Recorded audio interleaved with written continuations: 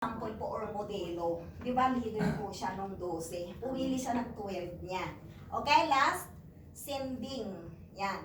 Helping someone to fully engage in Jesus' mission or vision. Anong mission ni Jesus Christ? Ang bawat isa ay maligtas. No one will perish. So interchangeably, mission, vision, parang parehas lang po yan. Amen po? Win the lost, no?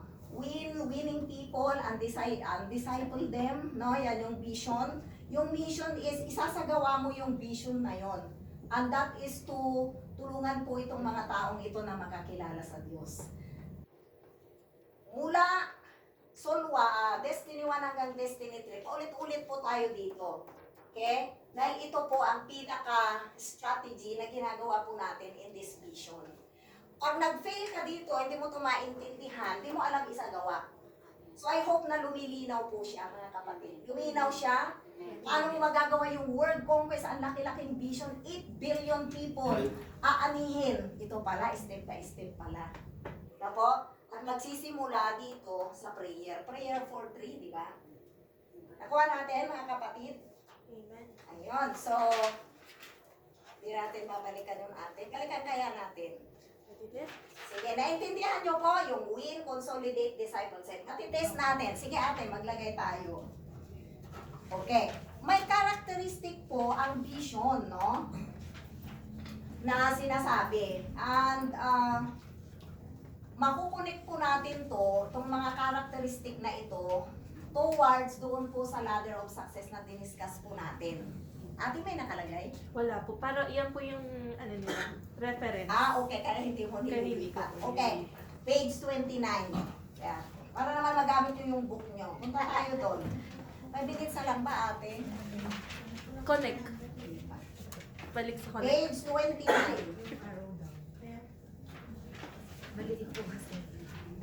Ano tayo? Characteristics of the vision.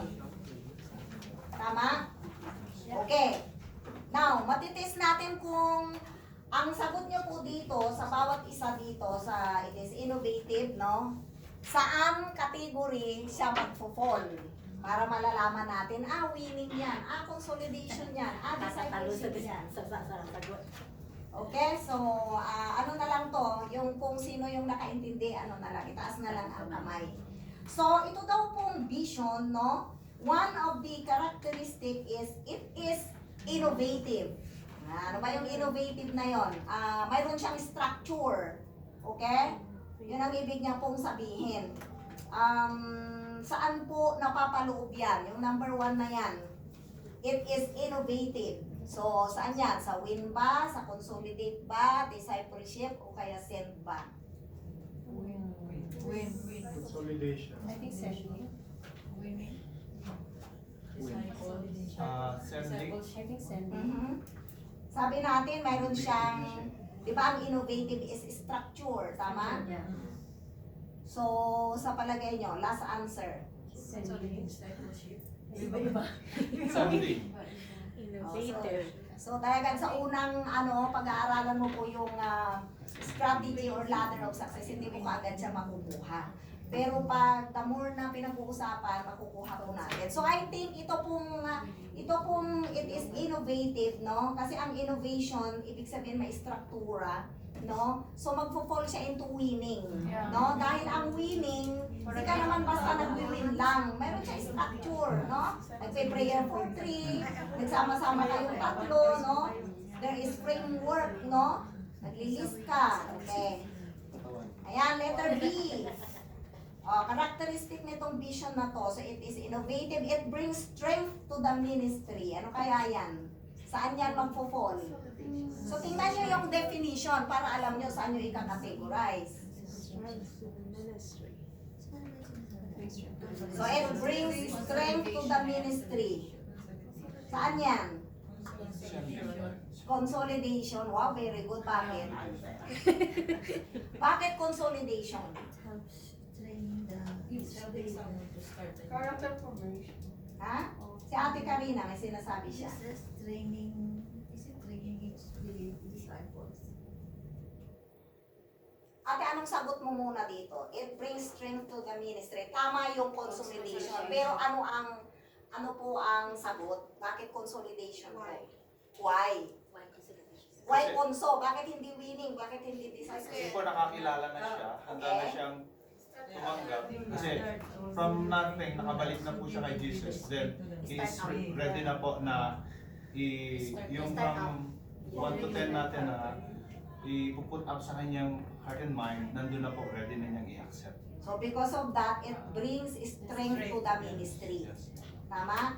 Naintindihan po natin yung sinabi ni Kuya. Kasi, when you start to preserve a believer, you minister to that believer, mga kapatid, during po nung yung consolidation stage na yan, you preserve and strengthen the foundation ng new believer. Tama? At nagbe-bring din po yun ng strength to the ministry. Okay, pangatlo, it allows a team to be trained. Discipleship. Ha? Parang sending. Sending po. Ha? Sending po. Kasi Sending ba? Ano ba yan? Discipleship. Nagpo-phone siya sa Saan? Nagpo-call yan? Discipleship. Discipleship. Putting your life into proper order. It allows a team to be trained. Ayan, we are being molded through discipleship and training so we become Christ-like. So, discipleship po siya. Tama? Okay, so D. It enables people to be ministered to. Wow. It enables people to be ministered to.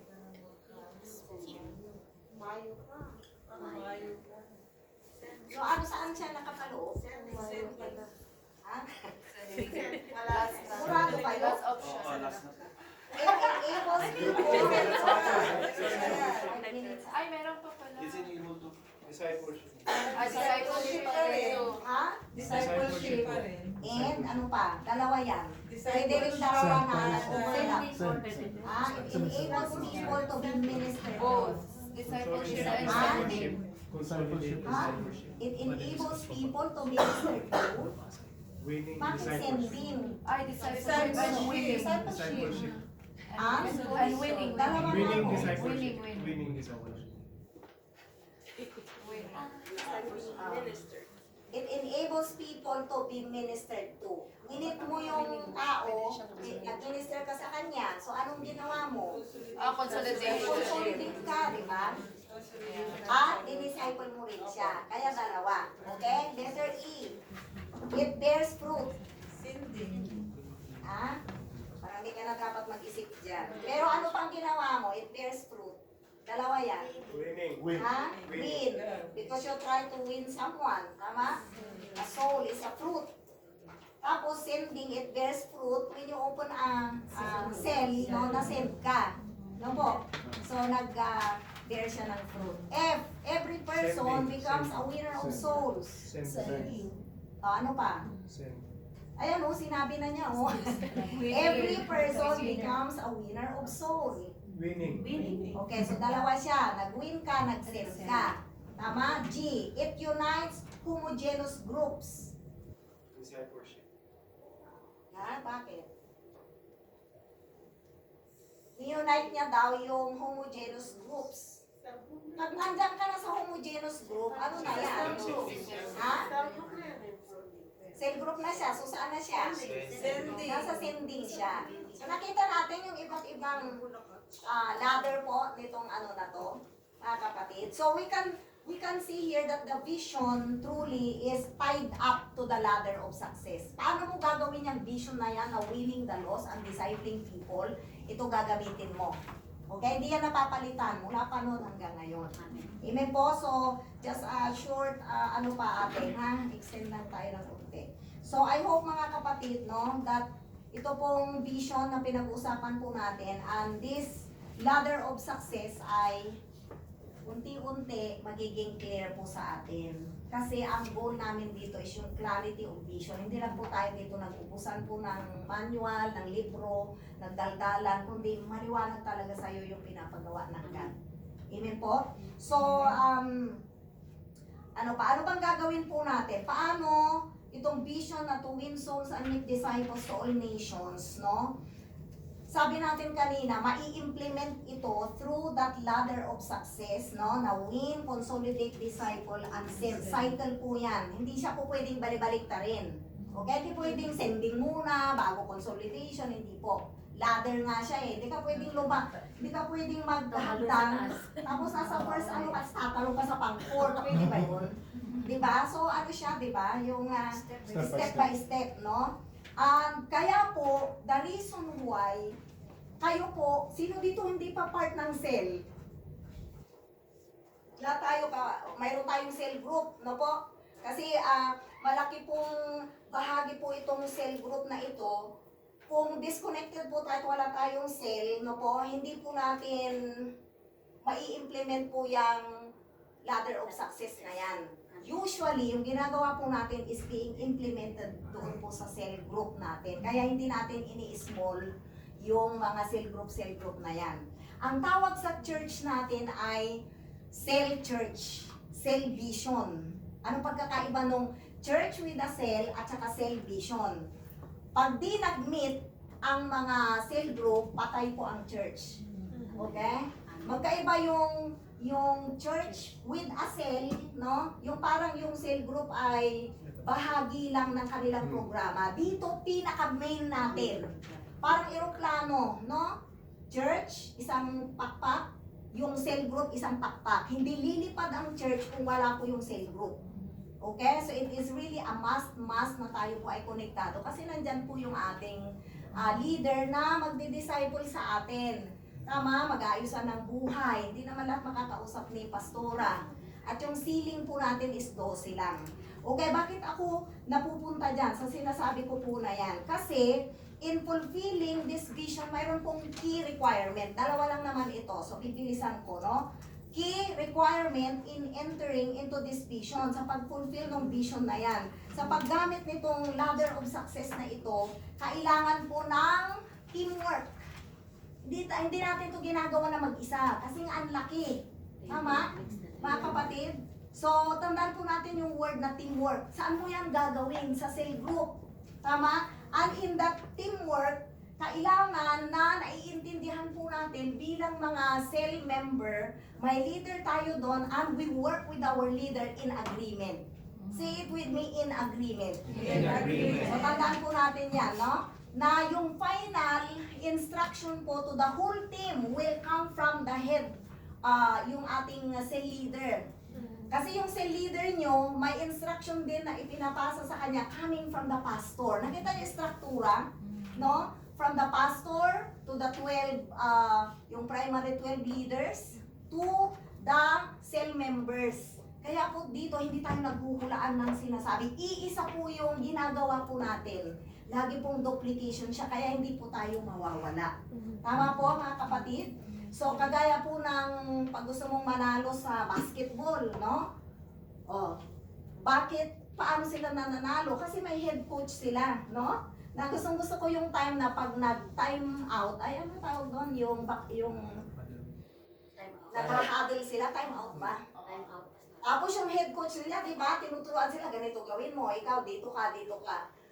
Sa palagay nyo, kung hindi sila nag-agree sa sinasabi ng coach, mananalo sila?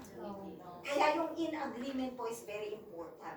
Amen po? Huwag nating i-underestimate yung mga leader po natin dahil sila din po ay may training, may cell group din, at sila po ay nag-meet din ng once a week sa kanila pong calendar, no? Kagaya din po ninyo once a week sa mga cell group.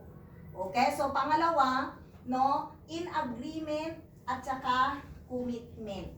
Yan, mahalaga po yung dalawang word po na yan.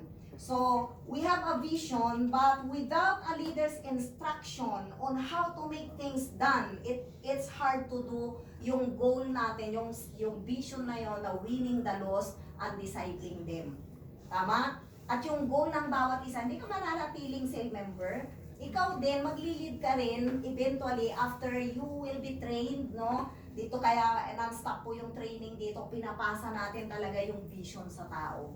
Amen po mga kapatid? So, ang tanong ko sa inyo, do you always agree or disagree when your leader give an instruction? Agree. Tama Dapat nag-agree tayo. Nako, wag lang sabihin niya tumalon tayo lahat sa bangin. Siyempre, pag gano'n na, magdi-disagree ka. Pero, when it comes to the vision, no po, so, he or she is in the best position na yun po yung ating, as long na, alam mo naman yung word of God, kaya ka nga pinagdi-devotion, para alam mo kung yung pinapagawa pa ba sa'yo ay biblical pa ba yun or hindi na. Tama po? So, we need to agree. So, commitment, this is something that I always tell the primary leaders, no? That if you accept to be in a team of 12, no po, there is a commitment. So, pag inaccept mo po yung vision na yan from the Lord Jesus Christ, no, kailangan po talaga yung commitment. So, kasi hindi ka, paano mo to gagawin kung hindi ka magkukumit? Tama, mga kapatid? Ayun, and actually, as I close, no, one guy, nag-disagree po sa Panginoong Jesus. Di ba si Lord ang gumawa po nito? So, nag-select po siya ng 12. No po? So, itong ginagawa po natin, go back to the Bible, ginagawa ni Jesus Christ to. Kaya hindi ka po mawawala. No? So, one guy disconnected po, no? Or not-disagree. Ang pangalan po niya ay si? Judas. No? Huwag tayong mag-isip na, ay, mawawalan sila pag nawala ako. Kasi, ni-replace agad siya ni Matthias. No? If you disagree dun sa pinapagawa ng Lord sa'yo, hindi ang Diyos ang mawawalan. Kasi magre-replace po siya ng tao who will do His vision. Tandaan natin, vision niya ito. Hindi po natin vision. Hindi po vision ni pastor at ni pastora. Hindi rin po vision ng mga on top of us. Vision po ito ng ating Panginoong Jesus. At ito po ang picture ng nangyari kay Judas. Because he is in disagreement, he ended up hanging himself. Anong ibig sabihin po niyan in our time? Mayroon pong self-destruction na nangyari. Tinanggihan, parang tumanggi ka sa bigas. Tama? Amen po mga kapatid. So, actually dalawa po sila. Pinagkanulo nila ang Panginoong Jesus, no? But Peter, nagkamali siya. Pero bumalik siya. Sa pinapagawa ni God. No? Mga kapatid. So, naintindihan po ba natin yung paanong itong gagawin natin ay paano natin paaandarin yung vision na yan, paano natin i-fulfill. So may strategy o ladder of success, tama? Win, consolidate, disciple, and send. Nilagay ka sa isang cell group, may leader na nilagay doon, no? In agreement ka dapat at nagkukumit ka. So hindi kayong laging hinahanap ng leader mo kasi may tatrabahuin tayo and you are part of the team.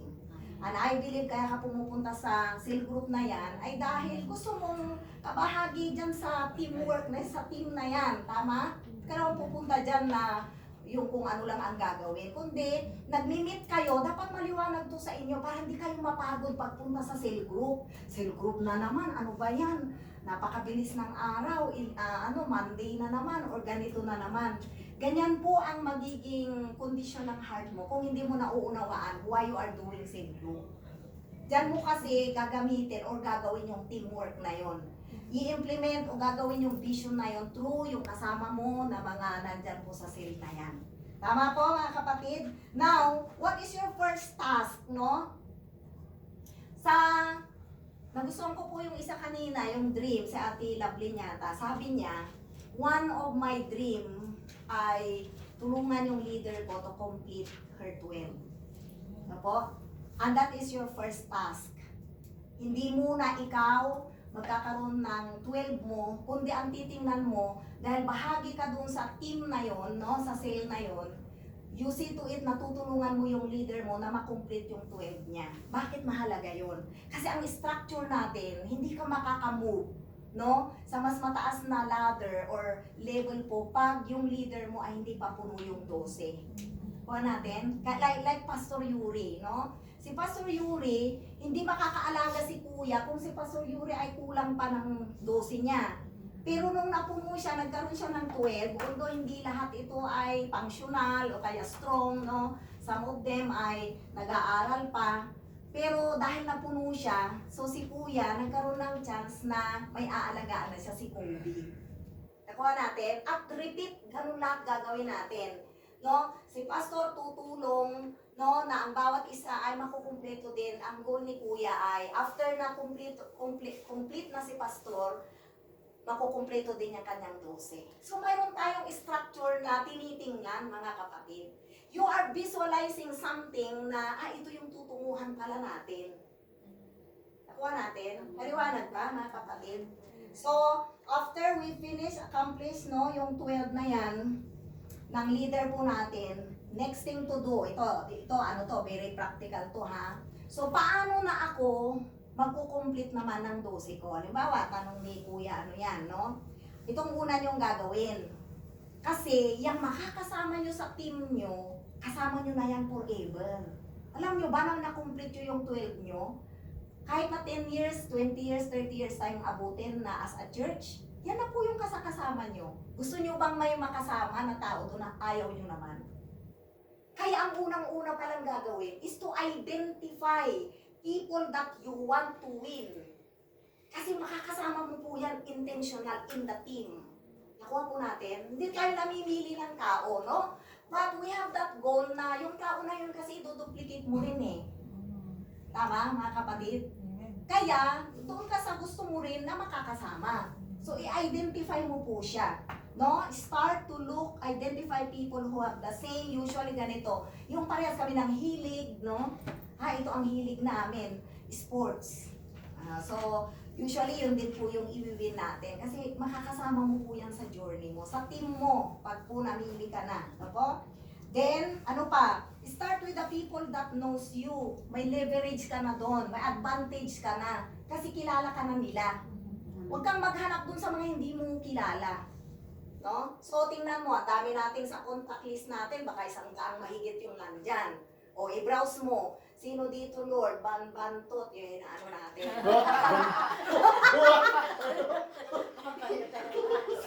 So, I start with the people that knows you or they know you, no? Ayan. Ano pa? Ano ang gagawin mo? Nag-start ka. Ano yon? Tinandaan mo lang? Kaya sinusulat natin, no? Handpick, then start to write the names ng mga relatives, ng mga friends, loved ones, co-workers, someone you know.